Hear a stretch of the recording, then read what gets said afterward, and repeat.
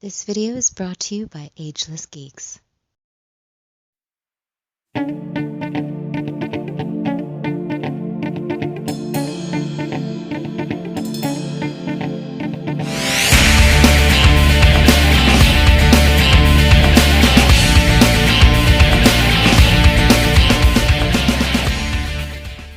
Cowabunga dudes and dudettes, this is Anthony, aka Batbomb82, and today I'll be doing a review of the Gamestop exclusive Star Wars The Black Series, Darth Nihilus.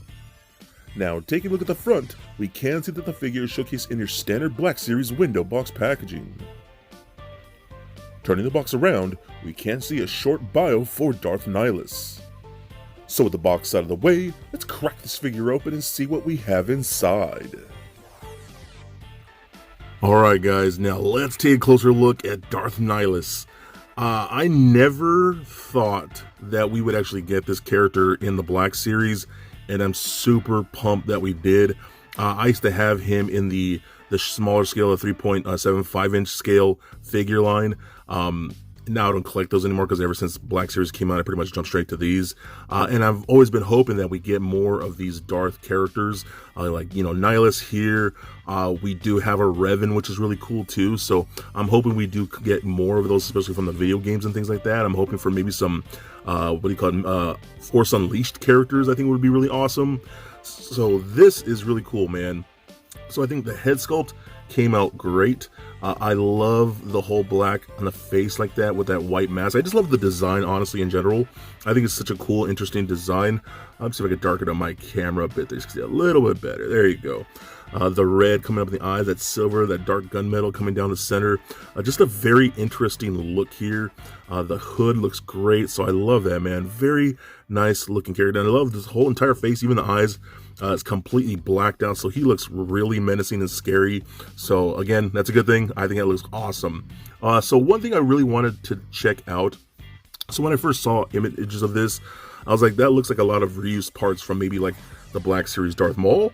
So I'm going to go ahead and bring in Darth Maul right here, and we can see the similarities and differences here.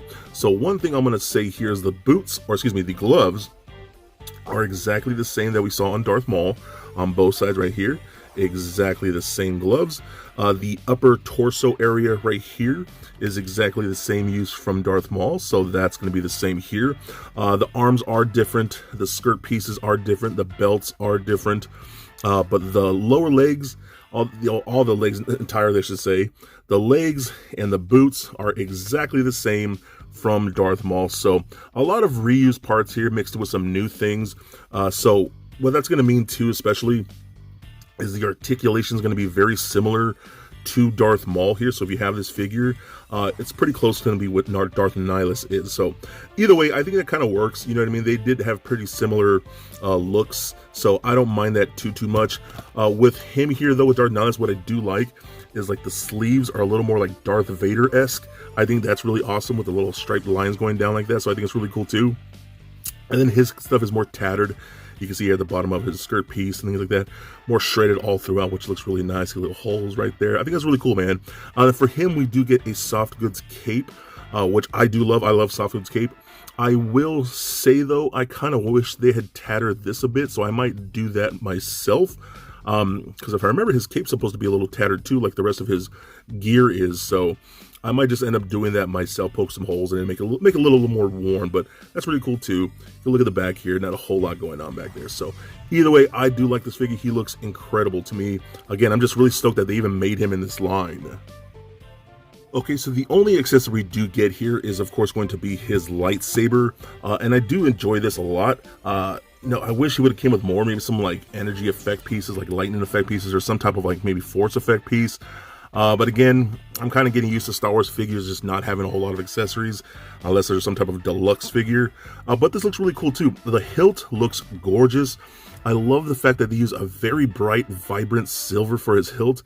I think that looks great, and I'm always for having more red lightsabers in my collection like that. And you can see the difference here. Like here's Darth Maul's hilt. You can see how the difference in the colors here, where Darth Nihilus is very brighter, much more brighter silver, where Darth Maul's is just like pretty much like a straight up gray. So Again, I do appreciate this here. So let me zoom out real quick here. It also does come apart like that, so if you want to just have him holding the hilt, that works the same way. The one thing I kind of do wish, though, there's no place for him to store it.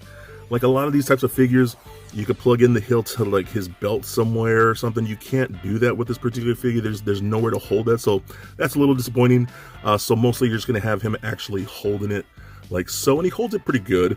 It's a little loose in some areas, but it's not too bad. It stays in there, so that works out pretty good. So again, I wish it did come with more accessories, but I mean, for any Jedi, Sith, the main thing you're going to want is their lightsabers, so I think that works out pretty good, so I like that a lot.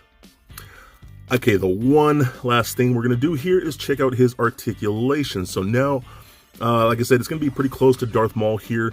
So with this hood, it is on a ball joint, but you can mostly just rotate. The hood is going to get in the way of going back and forth and side to side, so you're not going to get a whole lot of motion, but it does rotate like that, so that works decent. And you can move around the cape, so it works pretty good, I think.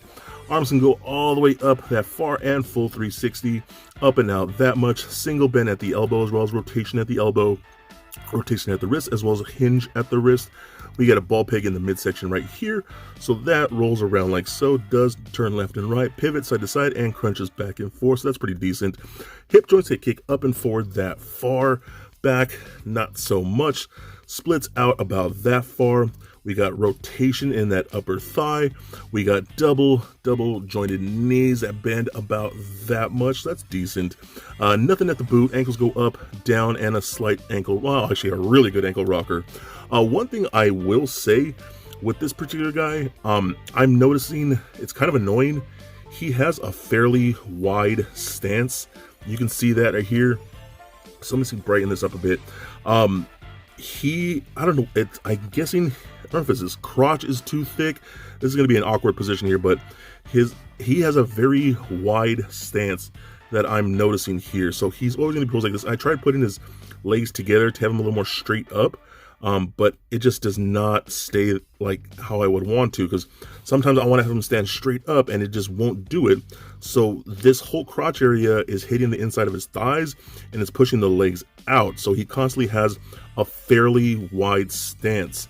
Now that kind of same problem kind of existed here with Darth Maul, but it seems to be worse with him. Like you can see how much of a wider stance that Darth Nihilus has compared to Darth Maul here, and you can't bring those together at all. Maybe if you went in there and shaved the inside more, I don't know.